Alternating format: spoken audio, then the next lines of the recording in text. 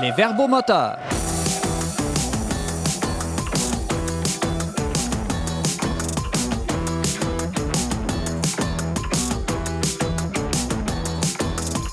Bonjour et bienvenue à votre émission qui décode l'actualité de la semaine. Ici votre animateur Simon Lessard en compagnie de mes trois chroniqueurs du magazine Le Verbe. Antoine Malenfant, bonjour. Bonjour.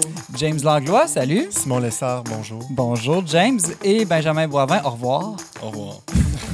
J'essaie de te déstabiliser, mais j'y suis pas arrivé. Manifestement. Se lever de bonne heure pour déstabiliser Benjamin. C'est bien vrai.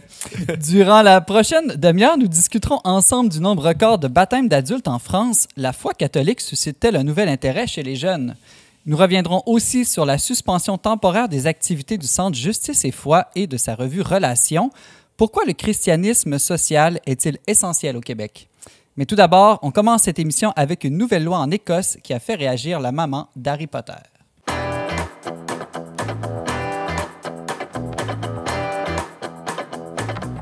Lundi dernier en Écosse est entrée en vigueur une nouvelle loi destinée à lutter contre l'incitation à la haine, notamment envers les personnes transgenres. Cette nouvelle législation est loin de faire l'unanimité et a même suscité une polémique avec la célèbre auteure d'Harry Potter, J.K. Rowling. Benjamin Boivin, combattre les discours haineux, c'est une bonne chose, mais est-ce que cette loi est aussi une bonne chose? C'est une autre question. Écoute, c'est une loi qui fait beaucoup parler, comme tu dis. Là. C'est une loi, en fait, qui date de 2021. Elle est entrée en vigueur seulement en 2024 pour différentes raisons. Là. Le processus a été assez long. Il y a eu plusieurs amendements. Ça a été très fastidieux. C'est une loi qui vise aussi à unifier différents aspects de la législation qui précède 2021 concernant la discrimination et les crimes haineux. Elle élimine notamment le crime de common law, le crime de blasphème, là, qui existait depuis plusieurs centaines d'années, mais qui n'avait pas été appliqué en Écosse depuis, je crois, le 19e siècle. C'est donc désormais permis de blasphémer en Écosse. Exactement. Okay. C'est ça qu'il faut comprendre. Bon. Non, mais essentiellement, donc, la loi, elle a pour effet Elle a pour effet... En fait, c'est pas très évident qu'est-ce qu'elle va faire. Je vais essayer de me reprendre un petit peu. C'est une loi qui, sur papier, est extrêmement progressiste dans le sens où elle interdit des formes de discrimination par discours haineux de manière très large et très ouverte. Beaucoup de gens se sont imaginés dans les dernières semaines et dans les dernières années qu'en fait, là, la seule remise en question de ce qu'on appelle parfois l'idéologie de genre en public pourrait être traitée comme un discours haineux. C'est une loi qui a suscité l'opposition de plusieurs groupes de la société civile et notamment des associations de policiers et de personnes impliquées dans le milieu juridique qui s'inquiètent de l'application de la loi comme elle est très vague dans son langage. C'est pas très évident encore de savoir exactement de quoi ça va avoir l'air, mais dès la première journée où elle a été mise en application, ce qu'on sait, c'est qu'il y a eu des centaines et des centaines de plaintes pour crimes haineux liés à la nouvelle législation. Et donc, on va probablement voir dans les prochaines années une clarification à travers le processus judiciaire de ce que ça signifie un crime par discours haineux. Évidemment, il est notamment question des personnes trans parce que c'est la grande nouveauté de la loi, mais ça couvre également toutes sortes d'autres groupes de population qui sont historiquement davantage discriminés parce que minoritaires ou marginalisés. Est-ce que cette loi-là, tout en voulant protéger contre les discours haineux, attaque d'une manière la liberté d'expression? C'est ça que je comprends en t'écoutant? Oui, bien, la critique principale qui est formulée à l'égard de cette loi-là, c'est qu'il y a un risque important d'atteinte à la liberté d'expression, que ce soit par les effets concrets de la loi dans le système judiciaire, si ça se produit. On verra. Là, pour le moment, J.K. Rowling, par exemple, tu faisais référence à J.K. Rowling, il n'y a personne qui la poursuit. Là. En tout cas, pas avec beaucoup de succès. Et puis, donc ça, c'est l'aspect purement légal, mais il y a aussi une espèce, ce qu'on appelle en anglais le chilling effect, ou l'effet dissuasif. Lorsque des lois comme ça sont mises en application, ça a toute une série d'effets sociologiques où les personnes qui jouissent d'une certaine réputation ou d'une certaine posture dans la société vont s'abstenir, faire de l'autocensure et éviter de tenir un certain discours par crainte non seulement de conséquences légales, mais aussi d'exclusion, disons, de l'espace public. Là. Qu'est-ce que justement J.K. Rowling reproche à cette loi? J.K. Rowling milite depuis plusieurs années. J.K. Rowling elle est une représentante d'un féminisme moderne, assez libéral. Et depuis plusieurs années maintenant, elle milite contre ce qu'on peut appeler l'idéologie trans. J.K. Rowling considère que le discours sur le phénomène de la transsexualité à notre époque, qui invisibilise la différence biologique entre un homme et une femme, est un discours qui se fait à la défaveur de la condition des femmes. Donc, c'est une tranche du mouvement féministe contemporain qui est minoritaire minoritaire ou du moins minorisée dans l'espace public. Et elle fait l'objet de critiques extrêmement sévères depuis plusieurs années maintenant. Beaucoup de gens se sont désolidarisés de sa personne, mais elle persiste à travers les années. Elle continue de dire que ce développement-là dans le mouvement LGBT, vers une compréhension très ouverte de la distinction entre les hommes et les femmes qui n'inclut plus vraiment la biologie comme un principe déterminant, ben, c'est quelque chose qui nuit aux femmes et pour elle, ben, en tant que féministe plus libérale, elle cherche à faire la promotion d'une compréhension vraiment distincte de la nature féminine et masculine sur le plan biologique. Et elle dit qu'une loi comme celle-là, ben, elle risque de faire en sorte que tenir un discours féministe de ce type-là sera plus possible sans être puni légalement. Est-ce qu'elle a eu certains appuis importants? Ben, J.K. Rowling est appuyée par bien des gens et notamment, elle a été encensée par le premier ministre britannique Rishi Sunak, qui lui montre une certaine solidarité à son égard. Donc, on sait qu'au Royaume-Uni, depuis un certain nombre d'années, il y a une dévolution, donc une décentralisation du pouvoir et l'Écosse qui milite où beaucoup de gens militent depuis plusieurs années pour l'indépendance, jouit maintenant de certaines autonomies qu'elle n'avait pas auparavant et c'est dans ce contexte-là que la loi écossaise est en train d'entrer en vigueur. Mais Rishi Sunak, le premier ministre britannique, lui, est opposé à cette loi-là. Donc, il y a aussi une querelle de pouvoir. Et peut-être que J.K. Rowling est instrumentalisée dans cette histoire-là, là, mais en tout cas. Il me semble que toute cette loi-là pose une question plus de fond, là. Est-ce qu'on peut être en désaccord avec l'idéologie du genre, par exemple, sans être accusé automatiquement de discours haineux? Ben, le sentiment que beaucoup de gens ont actuellement autour de cette histoire-là en Écosse, mais aussi autour de législations similaires un peu partout à travers le monde occidental. On a eu des situations semblables au Canada dans les dernières années. Jordan Peterson a été au centre d'une controverse de ce type-là. C'est qu'à mesure que cette idéologie ou que cette théorie du genre qui explique finalement le phénomène de la transsexualité ou de la dysphorie de genre avance et devient normalisée dans l'espace public et dans le discours public, ça devient très difficile de tenir un discours alternatif sans être accusé de transphobie. Même si on le fait de manière respectueuse, sans attaque à la personne, sans incitation à la violence physique. Ben, pour beaucoup de gens qui militent activement pour la reconnaissance des droits des personnes trans et qui le font de bonne foi, effectivement, un discours, c'est pas parce qu'il est présenté de manière propre et élégante qu'il n'est pas de nature à nuire aux personnes trans ou à porter préjudice à leurs conditions, même à les pousser vers le suicide. C'est des accusations qu'on entend souvent. Donc, effectivement, on a l'impression que de plus en plus, le discours assez normal. J.K. Rowling tient un discours sur ces questions-là qui n'est même pas un discours particulièrement conservateur. Comme je le disais, c'est une personne qui se définit comme féministe et qui tient un discours qui convaincrait probablement la plupart des gens en moyenne dans la société québécoise encore aujourd'hui. Ben, tenir ce discours-là, ben, on va être taxé dans certains milieux de transphobie. Donc, c'est pas le dialogue va devenir presque impossible. Il semble avoir une certaine division entre une élite intellectuelle et médiatique et la société en général. Parce que j'ai entendu des groupes qui militent contre l'idéologie du genre dire qu'au contraire, c'est le discours de transgenrisme qui est haineux parce qu'il provoque des violences chez les jeunes, par exemple. Oui, ben on peut avoir des accusations de discours haineux de part et d'autre. Peut-être que la sage décision dans ce contexte-là, ce serait d'essayer d'analyser les arguments de façon rationnelle et de voir s'il n'y a pas possibilité de trouver la vérité sur cette question-là. Mais pour trouver la vérité, il faut pouvoir en discuter. Exact, c'est ça. OK. Benjamin Boivin, tu es chef de pupitre au magazine Le Verbe. Merci beaucoup. Bienvenue.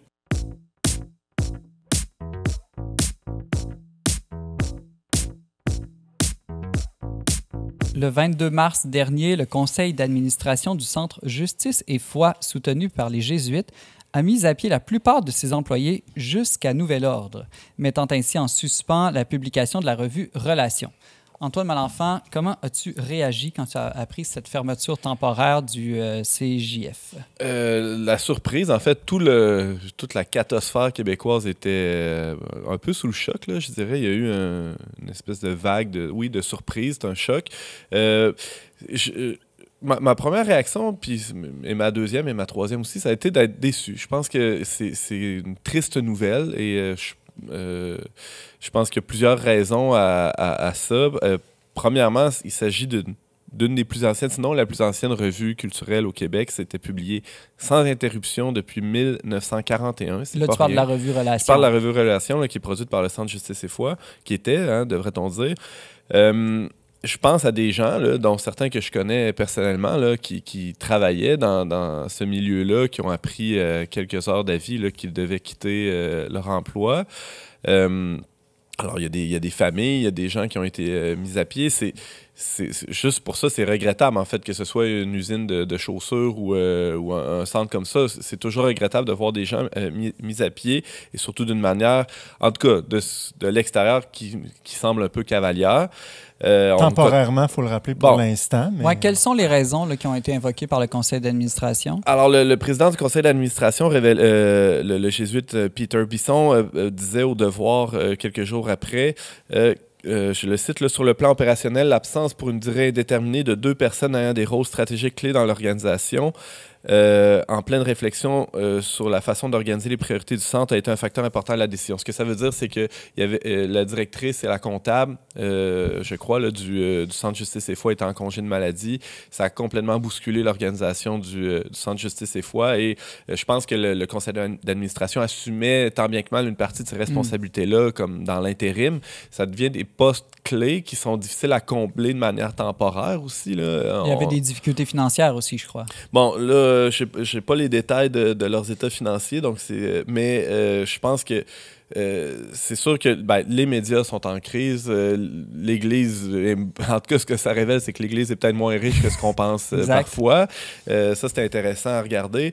Alors, tout ça, ça crée une espèce de tempête parfaite, là, ce qu'on peut voir. Puis, on connaît maintenant les conséquences. C'est vrai que c'est temporaire, mais ce qui peut être simple à fermer en dedans de 48 heures est peut-être pas si facile à redémarrer. Là, c'est beaucoup plus facile de détruire que construire en général. J'imagine très bien que les gens vont pas rester dans leur salon à attendre que ça rouvre, là, les employés, 10 sur 12. Ils vont sûrement chercher un autre emploi ailleurs. Donc, j'imagine difficilement comment ça pourrait redémarrer aussi facilement que ça a été fermé. Mais souvent aussi, c'est une formalité de dire que c'est temporaire. C'est ça. Ça, l'histoire nous le dira. On a vu des exemples récemment du même genre. Antoine, le Centre Justice et Foi, on peut dire que c'est un centre de christianisme social. Ouais. En quoi est-ce que le christianisme social, c'est quelque chose de vraiment essentiel, non seulement pour l'Église, mais même pour la société québécoise? C'est un fait un peu méconnu là, de notre histoire collective, mais il y a eu une panoplie d'intervenants dans l'histoire récente, dans l'histoire moderne du Québec, qui ont participé à l'évolution sociale de la société. Je pense aux syndicats, aux associations de travailleurs qu'il y a eu un peu partout sur le territoire, qui ont souvent été à l'initiative de chrétiens engagés, même de membres du clergé. Et je dirais que le Centre Justice et Foi et Relations, qui était comme un peu l'organe médiatique du Centre Justice et Foi, a œuvré dans ce sillon-là en mettant au jour des luttes sociales, en analysant. C'est un centre, ils se définissent comme un centre spécialisé en analyse sociale, en recherche et en réflexion. C'est-à-dire qu'il y avait des chercheurs, des gens formés, des universitaires qui travaillaient à collecter des données et à les diffuser sur divers enjeux sociaux au Québec. Et même au-delà, il y avait des enjeux internationaux qui étaient souvent couverts par le Centre Justice et Foi, en organisant des conférences, des colloques.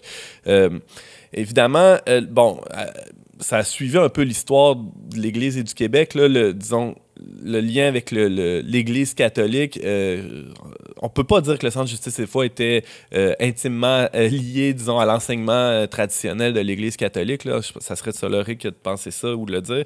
Et d'ailleurs, il y a bien des chrétiens qui se reconnaissaient pas dans ce christianisme-là. Néanmoins, je pense qu'ils ont ils ont travaillé durant de nombreuses décennies et jusqu'à aujourd'hui à faire connaître des luttes sociales au plus grand bénéfice des personnes plus vulnérables. Un enjeu en tête là, que j'ai en tête, c'est celui du logement. Ils ont longtemps milité là, pour faire connaître certaines luttes, évidemment dans la grande région de Montréal et au-delà, là, pour une meilleure accessibilité au logement. Ça fait partie des enjeux qui étaient couverts, par exemple, par le Centre Justice et Foi. Tu parles de la doctrine traditionnelle de l'Église, mais c'est quand même tout ça emprunt, je dirais, de la doctrine sociale de l'Église. Bien oui, c'est ça. C'est sûr qu'il y avait un focus ou un spot qui était mis sur certains éléments de la doctrine sociale de l'Église, peut-être pas dans toute sa globalité, mais c'est un reproche qu'on pourrait nous faire à nous aussi au Verbe, par exemple, facilement. Donc, je pense que c'est triste, là, pour répondre à ta question, sinon c'est triste parce que c'était certainement une facette, disons, du spectre là, du christianisme social et sa disparition, je pense pas que ce soit une bonne nouvelle pour grand monde. Quand on pense au christianisme social, souvent, on va penser à des gens qui adoptent un ton très militant, qui veulent lutter contre des injustices avec force. Comment est-ce qu'on peut concilier, quand on est chrétien, le fait que Jésus a dit, d'une part, « Heureux ceux qui ont faim et soif de la justice », mais en même temps, « Heureux les doux ».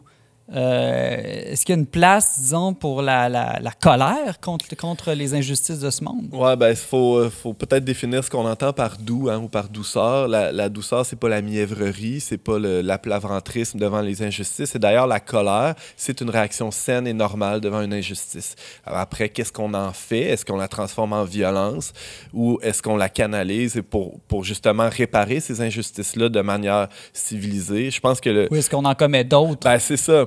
Je pense que bien souvent, le Centre de justice et foi, et entre autres dans la revue Relation, qui était d'excellente tenue, là, c'est une très belle revue, contribuait à verbaliser une certaine colère et j'oserais dire même parfois une sainte colère.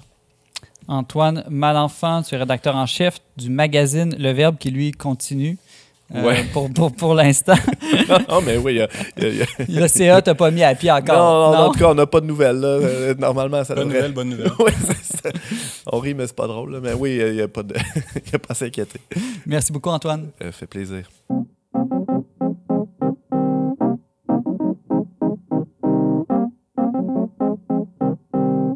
Mercredi dernier, une enquête réalisée par la Conférence des évêques de France révélait une forte augmentation des baptêmes d'adultes et d'adolescents dans l'Hexagone. James Langlois, doit-on en conclure que les jeunes Français s'intéressent de plus en plus à la foi catholique, qu'on assiste à un grand renouveau chrétien en France? Ben, il faut modérer un peu. Je dirais pas grand renouveau, mais je pense que de fait, devant des chiffres comme ceux-là, on peut difficilement croire le contraire. C'est ce que les évêques de France remarquent, en tout cas semblent sentir. Quels sont ces chiffres?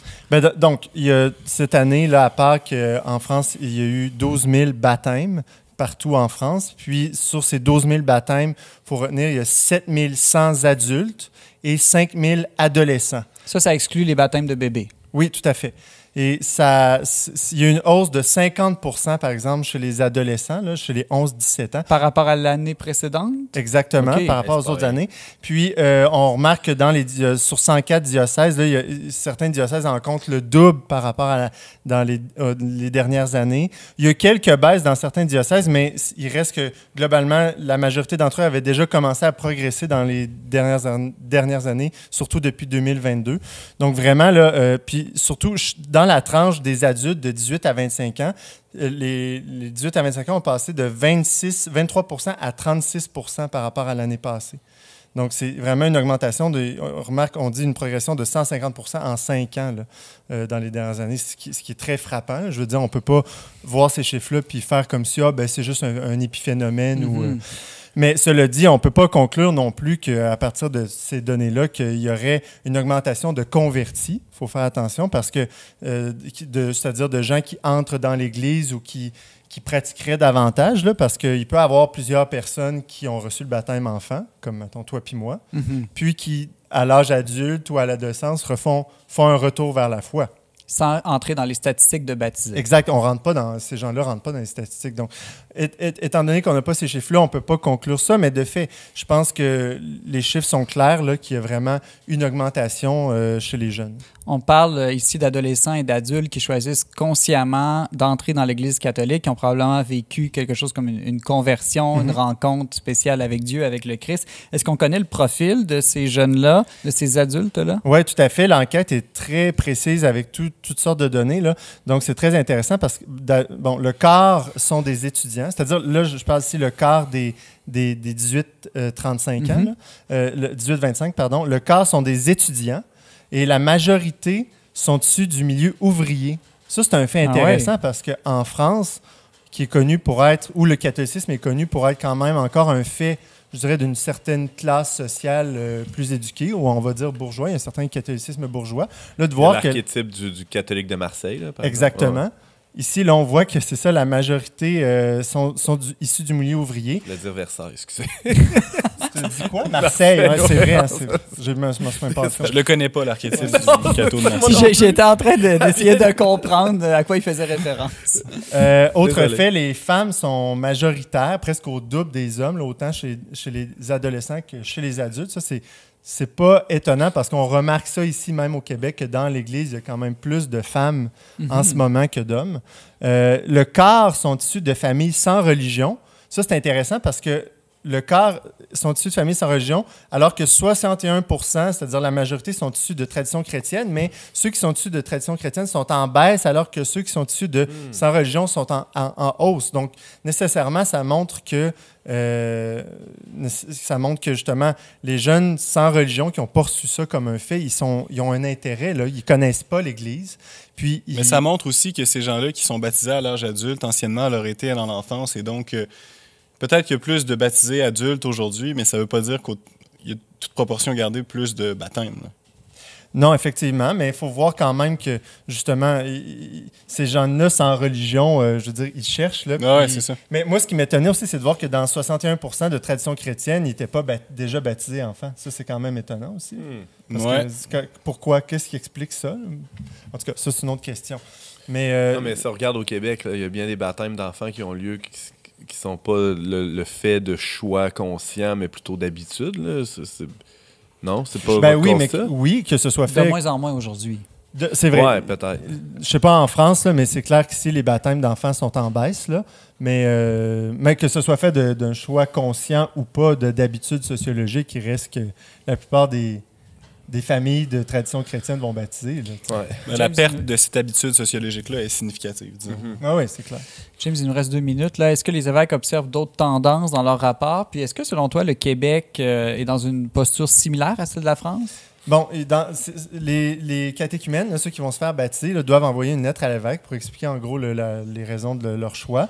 Puis les évêques remarquent, entre autres, que souvent, c'est des jeunes qui sont abîmés, cabossés par la vie. J'utilise des mots d'un évêque. Là. Il va aussi dire que l'expérience ils ont fait la plupart l'expérience de quelqu'un qui les mettait debout. Certains vont reconnaître que c'est le Christ, d'autres ne le nomment pas encore, mais ils vont avoir entrevu une brèche d'espérance dans le message de l'Évangile. L'expérience de salut. Oui, clairement. Souvent, l'enquête aussi axe beaucoup cette année sur la question du patrimoine religieux parce que ce qui revient souvent dans les lettres, c'est la piété populaire. On parlait justement que 61% viennent la majorité là, viennent de milieux ouvriers. Mais c'est des gens qui ont comme vécu une ouverture vers le sacré à travers la piété populaire. On pense à allumer des bougies dans des églises, des prières simples, des statues, etc. Le silence dans les églises, la beauté de liturgie ou de lieux sacrés. Tout ça va les toucher et donc ça devient comme des facteurs d'évangélisation qui sont très notables là, dans ces lettres-là. Qui étaient pourtant méprisés par bien des chrétiens dans les dernières années. Exactement. Et rapidement, un mot sur le Québec. Est-ce qu'on peut espérer un mouvement similaire chez nous? Je sais pas, nous, on ne collecte pas les données de manière aussi exhaustive, mais cette année, il y a eu 40 dans le diocèse de Québec, 40 baptêmes, comparativement à 14 en Et 2019. Est-ce que c'est une tendance? baptême d'adultes? Oui.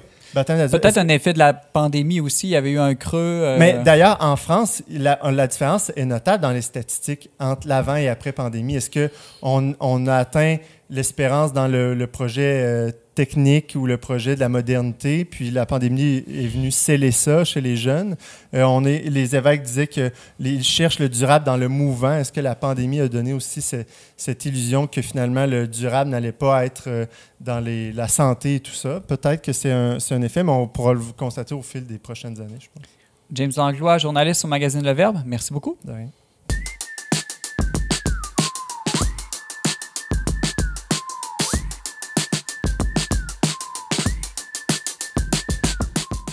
C'est le moment venu de nos suggestions culturelles de la semaine. Benjamin Boivin, tu as découvert un balado, un podcast qui traite justement de la polémique de J.K. Rowling. Oui, The Witch Trials of J.K. Rowling, c'est un balado-reportage, en fait, là, avec un certain nombre d'épisodes, je pense qu'il y en a 6, quelque chose comme ça, de Megan Phelps Roper. Donc, elle, c'est la fille de Fred Phelps, qui est un pasteur évangélique américain extrêmement radical et idiosyncratique, bien connu, là, peut-être certains en ont entendu parler. Elle est passée d'une vision très radicale de la vie à une autre, et puis, à travers ce balado-là, en fait, elle cherche à travers sa rencontre avec J.K. Rowling, puis cette discussion-là et cette réflexion-là sur l'expérience d'ostracisation qu'elle a vécue parce qu'elle fait la promotion d'une certaine vision du féminisme que certains disent à l'exclusion des trans. Donc, c'est vraiment un balado sur cette histoire-là que J.K. Rowling a vécue dans les dernières années, d'être exclue pour la défense de ses idéaux. Puis Megan Phelps Roper, elle fait vraiment la défense d'une vision plus libérale, ouverte de la société où on peut discuter, même si on n'est pas d'accord. J'ai écouté ce balado, j'ai trouvé ça franchement fascinant, extrêmement bien fait. C'est uniquement disponible en anglais, par contre. Oui, ça a été fait l'année dernière, donc c'est pas si vieux, mais c'est pas tout jeune non plus. Merci, Benjamin. Bienvenue. James, tu as une suggestion culinaire pour nous cette semaine? Depuis hier, 4 avril, c'est le grand retour des gâteaux croquettes chez Vachon.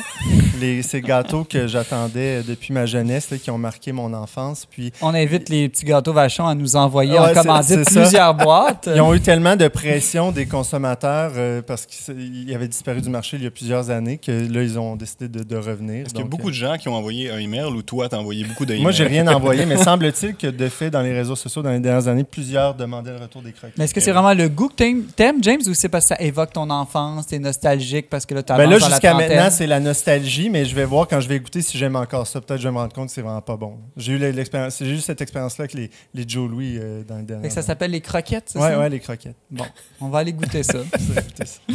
Antoine Malenfant, un nouveau numéro spécial pour le magazine Le Verbe vient de sortir. Oui, tout chaud, tout frais, ça vient d'arriver. Si vous n'êtes pas abonné, ben tant pis. Vous recevrez le prochain si vous vous abonnez rapidement. Manquez pas ça. En fait, une façon de l'obtenir, c'est de venir à notre lancement. Okay. Ça va avoir lieu le 14 avril, dimanche soir, après la messe des jeunes à Saint-Thomas-d'Aquin, au sous-sol de l'église. Rendez-vous là à 8h15, 8h30. Là, à Québec. À Québec, sur la rue Joliette, Louis Joliette. Là où il y a eu 6 baptêmes d'adultes cette année à Pâques. Par immersion, très impressionnant. Et là, en 2-3 mots, là, qu'est-ce qu'on retrouve dans ce numéro spécial sur l'Esprit Saint? Plein d'affaires. Un reportage c'est bon, ça fait 3 mots. 2 choses à noter. Là, un reportage sur l'intelligence artificielle par notre collègue Anne-Marie Rodrigue. Et je pense aussi au très bel entretien que tu as fait avec Raniero Cantalamessa, qui est le prédicateur de la Maison pontificale quand même. C'est pas un 2 de pique. Alors, réalisé par Simon Lessard. Merci beaucoup, James, de me plugger, pas James, Antoine, de me plugger comme ça dans ta suggestion. Ça me fait plaisir, Simon. Cette semaine, on se laisse sur le tout nouveau simple Maya, sorti le 15 mars dernier de l'auteur-compositeur-interprète canadien Bobby Basini, originaire de Mont-Laurier, au Québec. Pour écouter, commenter et partager cette émission, rendez-vous sur les pages Facebook et YouTube du Verbe Média. Vous pouvez aussi nous écrire vos questions, commentaires, objections à verbomoteur@le-verbe.com. Merci à Marianne Martin, Barthélémy Rieux et Émilie Duberne à la réalisation technique. C'était Simon Lessard à l'animation. On se retrouve la semaine prochaine pour un autre épisode des Verbomoteurs.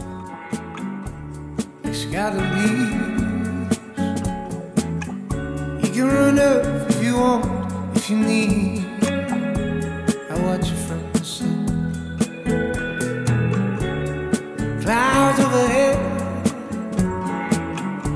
I get weak in the knees. Maybe we'll lose when we're out too far.